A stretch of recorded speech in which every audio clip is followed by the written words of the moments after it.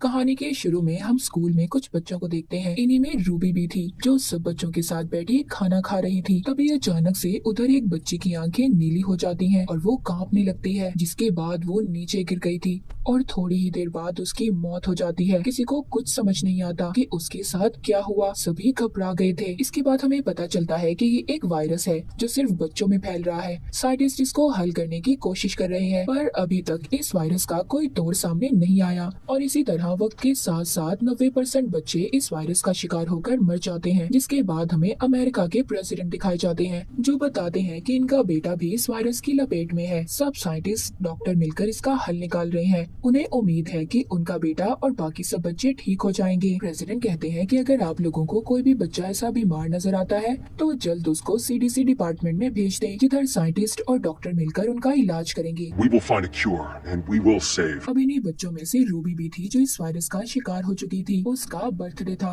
उसके mom dad उसको काफी अच्छे से मनाते हैं और उसको बहुत अच्छे अच्छे तोहफे देते हैं, पर साथ ही वो अपनी बेटी की वजह से बहुत ज्यादा परेशान भी थे कि कहीं इस बीमारी की वजह से रूबी को कुछ हो न जाए। अब रात को सबके सोने के बाद रूबी अपनी मॉम के पास आकर बैठ जाती है और उनका हाथ पकड़ लेती है, पर अचानक से उसकी आंखों का रंग ऑरेंज हो जाता है और वो घबरा कर वहाँ से चली जाती है। अब सुबह को जब रूबी अपनी मॉम के पास जाती है तो हैरान कर देने वाली बात ये थी कि उसकी मॉम उसको पहचान ही नहीं पाती। वो अपना रात का तोहफा भी दिखाती है, कहती है ये आपने मुझे दिया था, मैं आप ही की बेटी हूँ। पर उसकी मॉम को उसकी किसी बात पर यकीन नहीं था। उन्हें लग रहा था कि ये कोई बीमार बच्ची है जो पुलिस से बचकर भाग रही है, इसीलिए वो उसको CDC की टीम के हवाले कर देती है। उनकी टीम आकर रूबी को ले जाती है, जहाँ बस में उसके साथ और भी बच्चे थे जो उसकी तरह ही बीमार थे। अब इनको बेस में ले जाया जाता है और लाइन बनाकर इनको अंदर भेजा जाता है, लेकिन तभी उधर एक लड़का गार्ड से बदतमीजी कर रहा था, जिस बात पर गार्ड उसको बहुत मारते हैं। ये देखकर रूबी बहुत ज्यादा डर जाती है। फिर अब इन सब बच्चों को चेकअप के लिए डॉक्टर के पास भेजा जाता है। जब रूबी की बारी आती है, डॉक्टर इसको बताते हैं कि ये बीमारी म्यूटेशन की वजह से आई है, जहाँ पर इंसान की जीन्स में तब्दीली की वजह से, जो इंसान को कुछ और ही बना देती है, और इससे सब बच्चों में खास किस्म की पावर्स ताकतें आ रही हैं। पर ये सब में एक जैसी नहीं है, हर बच्चा अलग पावर रखता है और इसीलिए हमने कलर्स, सब रंगों के नाम पर उनको नाम दिया है। सबसे पहले आते हैं ग्रीन, सब्ज, जो सबसे ज्यादा ज़हीन होते हैं, फिर ब्लू,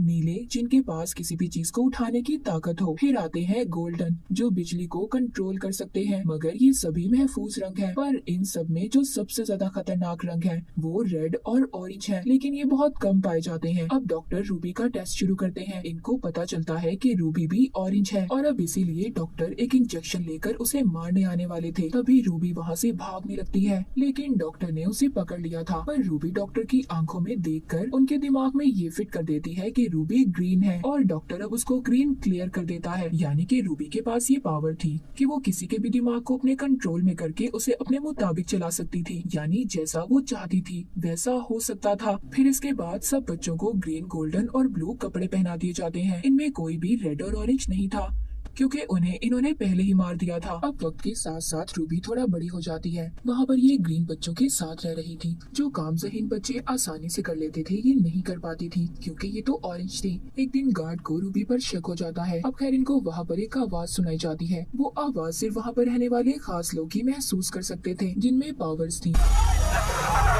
रूबी भी वो आवाज सुनती है, उससे बर्दाश्त नहीं होती और वो बेहोश हो जाती है। इसको मेडिकल रूम में ले जाया जाता है, जहाँ पर एक डॉक्टर थी जो इसका चेकअप कर रही थी। तभी उधर गार्ड आता है जो कहता है कि मिलने का टाइम खत्म हो गया है। अब वो डॉक्टर एक कागज पर कुछ लिखकर उधर से चली जाती है। रूबी जब उसको पढ़ती है तो उसमें लिखा था कि इनको पता चल गया है कि तुम ऑरेंज हो, इसीलिए अगर तुम अपनी जान बचाना चाहती हो तो दूसरे कमरे में आ जाओ, जहाँ मैं तुम्हारा इंतजार कर रही हूँ। अब रूबी ऐसा ही करती है। वो डॉक्टर के पास जाती है। डॉक्टर उसको किसी तरह छुपा कर अपनी गाड़ी तक ले आई थी। तभी जाते हुए एक गार्ड उनको रोक लेता है। रूबी उसके दिमाग को कंट्रोल में करके उससे दरवाजा खुलवा देती है। अब डॉक्टर के साथ ये बाहर आ गई थी। रूबी ने बहुत सालों के बाद बाहर की दुनिया देखी थी। डॉक्टर उसको बताती है कि बाहर की दुनिया में अब बच्चे नहीं हैं, इसी वजह से बहुत कम लोग रह गए हैं, कुछ तो ये शहर छोड़कर ही चले गए हैं। रूबी कहती है मैं अपने मॉम डैड से मिलना चाहती हूँ। डॉक्टर कहती है ये तुम्हारे लिए खतरा हो सकता है। वो इसको एक GPS देती है, कहती है जब भी तुम कभी किसी मुसीबत में हो तो इसको उसको दबाना, हमें पता चल जाएगा कि तुम कहाँ पर हो। वो ये भी कहती है मैं तुम्हें एक कैंप में ले जा रही हूँ जिधर और भी तुम्हारे जैसे बच्चे हैं जिनको हमने बचाया है। अब डॉक्टर गाड़ी को रोककर अपने साथी से मिलती है। रूबी भी जब उससे हाथ मिलाती है तो वो डर जाती है क्योंकि उस आदमी की यादों में ये देखती है कि बच्चे उससे डरकर भाग रहे हैं। अब खैर रूबी अंदर कपड़े बदलने जाती है तो उधर इसको एक बच्ची मिलती है जो गोल्डन थी। वो इसे देखकर डर जाती है और इस पर अपनी पावर का इस्तेमाल कर बिजली से हमला कर देती है और भाग जाती है। रूबी उस बच्ची का पीछा करती है और गाड़ी में जाकर दरवाजा बंद कर लेती है। रूबी उसे कहती है कि मुझे मदद की जरूरत है। ये सुनकर वो गाड़ी का दरवाजा खोलती है और उसे अंदर बुलाकर छुपा देती है। उधर गाड़ी में दो और लोग भी थे जिनमें से एक का नाम लिएम और दूसरा उसका दोस्त था। वो उनको कहती है मैं ग्रीन हूँ, कुछ लोग मेरा पीछा कर रहे हैं। ये सुनकर वो उसकी मदद के लिए तैयार हो जाते हैं। तभी एक टीम उनका पीछा करती है।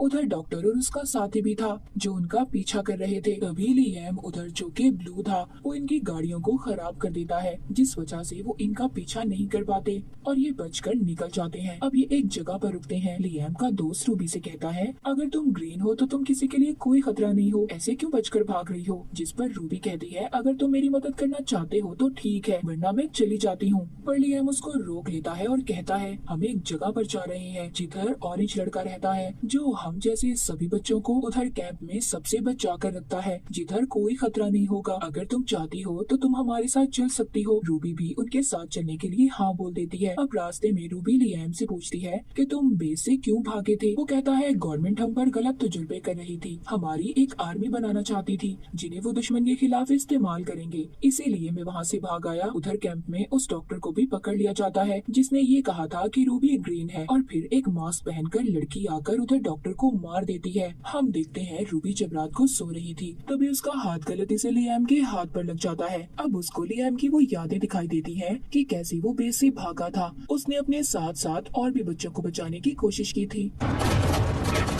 पर नहीं बचा पाया। जिसके बाद गोल्डन बच्ची रूबी को अपना एक ड्रेस देती है जिसे पहनकर वो बहुत ज्यादा अच्छी लग रही थी। लिएम भी उसकी तारीफ करता है। तभी उधर दो आदमी इनको बुरी तरह घूरने लगते हैं। रूबी इनके दिमाग को अपने काबू में कर लेती है और फिर जिसके बाद ये लोग अपनी वैन में बैठकर चले जाते हैं जिधर प्रेसिडेंट के बेटे की रिकॉर्डिंग चल रही थी। वो कहता है अगर मैं ठीक हो सकता हूँ तो तुम क्यों नहीं। जिसके बाद ये एक मॉल से बहुत सारी शॉपिंग भी करते हैं क्योंकि वहाँ पर कोई भी नहीं था। पर तभी वहाँ पर कुछ बच्चे इन पर हमला कर देते हैं। गोल्डन बच्ची भी अपनी बिजली जैसी पावर का इस्तेमाल करती है और उन्हें रोक लेती है।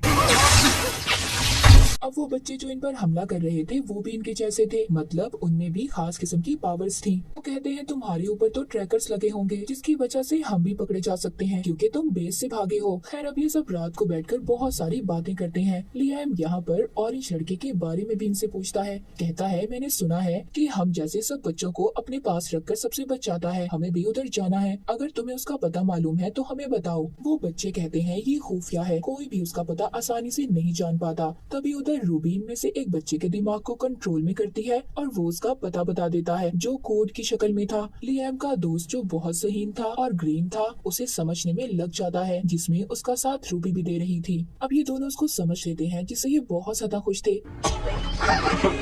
रूबी उस जगह पर थी जिधर इसके मॉम डैड रहते थे। ये उनसे मिलने के लिए बेताब थी। अब ये फैसला करती है कि वो अपने मॉम डैड से मिलने जाएगी। अब ये रूबी को उसके मॉम डैड के पास छोड़ देते हैं पर जब ये उनके पास जाती है तो उनसे नहीं मिलती क्योंकि इसे ऐसा लग रहा था कि वो इसे नहीं पहचानेंगे और इस बात पर इसे बहुत दुख होगा। इसीलिए ये अपने मॉम डैड से नहीं मिलती और बहुत रोती है। रास्ते में अब इसको लिएम मिलता है। ये लिएम के साथ अब वापस वैन में जाकर बैठने वाली थी। तभी उधर एक लड़की आती है। ये वही थी जिसने बेस में डॉक्टर को भी मारा था। ये इनको यहाँ पर पकड़ने आई थी। तभी रूबी इसे अपने कंट्रोल में कर लेती है। कहती है तुम सीधा उस जंगल में चलती जाओ और तुमने रुकना नहीं है, चाहे तुम्हें भूख प्यास जो भी लगे। ये सब देखकर इसके दोस्त हैरान हो जाते हैं कि ये सब कैसे कर पा रही थी। इनको पता चल गया था कि रूबी ऑरेंज है। जिसके बाद ये अपने तीनों दोस्तों को वैन में बैठने का कहती है।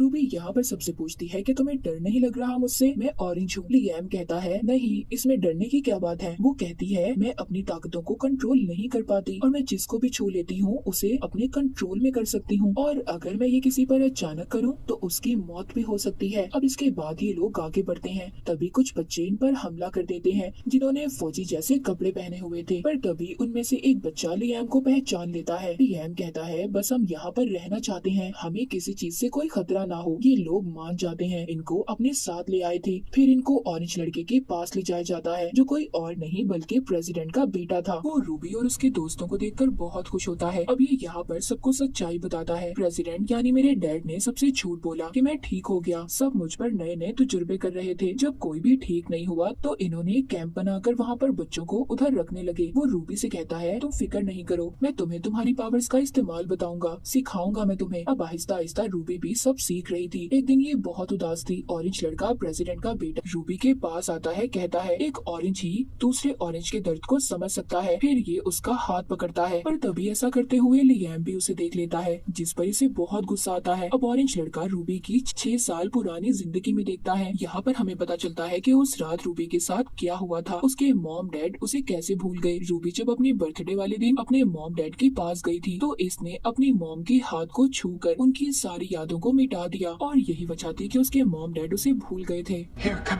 come with me.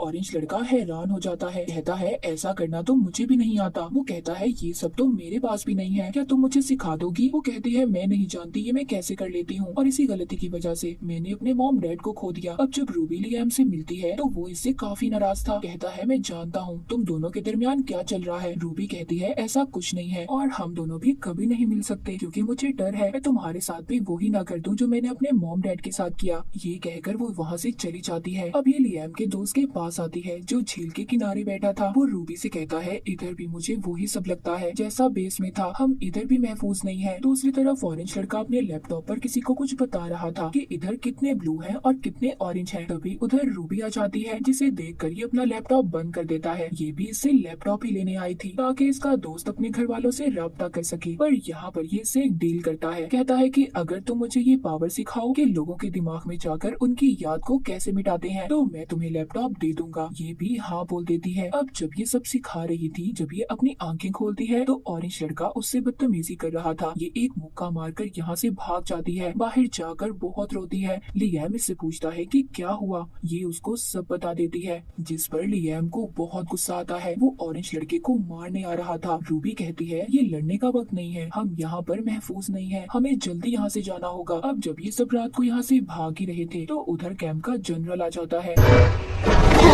अब ऑरेंज लड़का भी उधर आ गया था। यहाँ पर इन्हें पता चलता है कि ऑरेंज लड़का जो प्रेसिडेंट का बेटा था वो भी बेस के लोगों के साथ मिला हुआ था जो बच्चों की आर्मी बनाना चाहते थे। ये लियाम को अपने कंट्रोल में कर उसे बहुत मारता है, पर तभी रूबी उस जनरल को कंट्रोल में करके उसे मार देती है। गोल्डन लड़की भी अपनी बिजली का इस्तेमाल कर उन पर हमला करती है, जिसके बाद रूबी अपने तीनों दोस्तों को यहाँ से जाने का कहती है और फिर अकेले ही ऑरेंज लड़के का मुकाबला करती है। इसके सभी गार्ड्स को कंट्रोल में करके इन्हें कहती है कि इस पर गन कर लो, पर ये दोबारा उन्हें कंट्रोल में कर उन्हें आपस में ही मरवा देता है। अब रूबी भी उसे कंट्रोल करने की कोशिश करती है, पर मामला उल्टा हो गया था। वो लड़का इसको अपने कंट्रोल में कर लेता है। वो कहता है कि मैं तुम्हारे अंदर से सारी उदास कर देने वाली सोचों को निकाल दूंगा, फिर हम दोनों मिलकर दुनिया में राज करेंगे। पर इससे पहले रूबी उसके कंट्रोल में आते हुए हेलीकॉप्टर के पायलट को कंट्रोल करके ऑरेंज लड़के के ऊपर गिरा देती है। उधर दूसरा हेलीकॉप्टर इस पर बॉम्ब गिराता है, पर लियाम के दोस्त ने इसे बचा लिया था, लेकिन अब वो भी जख्मी हो गया था। रूबी को कुछ समझ नहीं आता इसे क्या करना चाहिए। इसको उस डॉक्टर का दिया हुआ जीपीएस याद आता है, जिसने सबसे पहले बेस से निकलने में इसकी मदद की थी। ये उसे दबा देती है। वो डॉक्टर अब अपने साथी के साथ आकर इन्हें बचा लेती है। इनको एक घर में लाया गया था। अब जब रूबी को होश आता है तो वहाँ पर डॉक्टर बताती है, तुम्हारा दोस्त हॉस्पिटल में है और लियाम वो यहाँ से जाना चाहता है, वो यहाँ पर नहीं रहना चाहता। डॉक्टर बताती है, हम तुम्हारे दुश्मन नहीं हैं, हम बस प्रेसिडेंट को पकड़वाना चाहते हैं, उसका सच सामने लाना चाहते हैं कि वो बच्चों के साथ क्या कर रहा है। हमें इस मिशन में तुम्हारी जरूरत है, तुम यहाँ की लीडर बन सकती हो, पर लियाम तुम्हें अकेला नहीं छोड़ेगा। ये सुनकर अब रूबी लियाम के पास जाती है और उससे मिलती है। आखिरकार वो उसके करीब आ जाती है और आहिस्ता आहिस्ता उसके दिमाग से सारी यादों को निकाल देती है ताकि वो यहाँ से जा सके, उसकी जान को खतरा ना हो। अब जब लियाम की पुरानी यादें जा चुकी थी, वो डॉक्टर से पूछता है कि मैं कहाँ पर हूँ, जिस पर वो कहती है तुम हमारे पास हो, अगर जाना चाहते हो तो जा सकते हो। लियाम अब वहाँ से अपने घर की तरफ चला जाता है। रूबी को ये देखकर बुरा लग रहा था, उसे दुख हो रहा था कि वो उसे भूल गया है। उधर दूसरी तरफ ऑरेंज लड़का दिखाया जाता है जो अभी भी जिंदा था। उसके सामने उसकी आर्मी थी, वो सब बच्चे जिनको इसने अपने कंट्रोल में किया था। उधर दूसरी तरफ इसका मुकाबला करने के लिए रूबी तैयार थी, जो इसके बाद एक लौती ऑरेंज थी, यानी कि ये सिर्फ दो ही थे जो लोगों के दिमाग को कंट्रोल कर सकते थे। और अब ये दोनों एक दूसरे का मुकाबला करने के लिए तैयार थे। और इसी के साथ ये मूवी यहीं पर खत्म हो जाती है।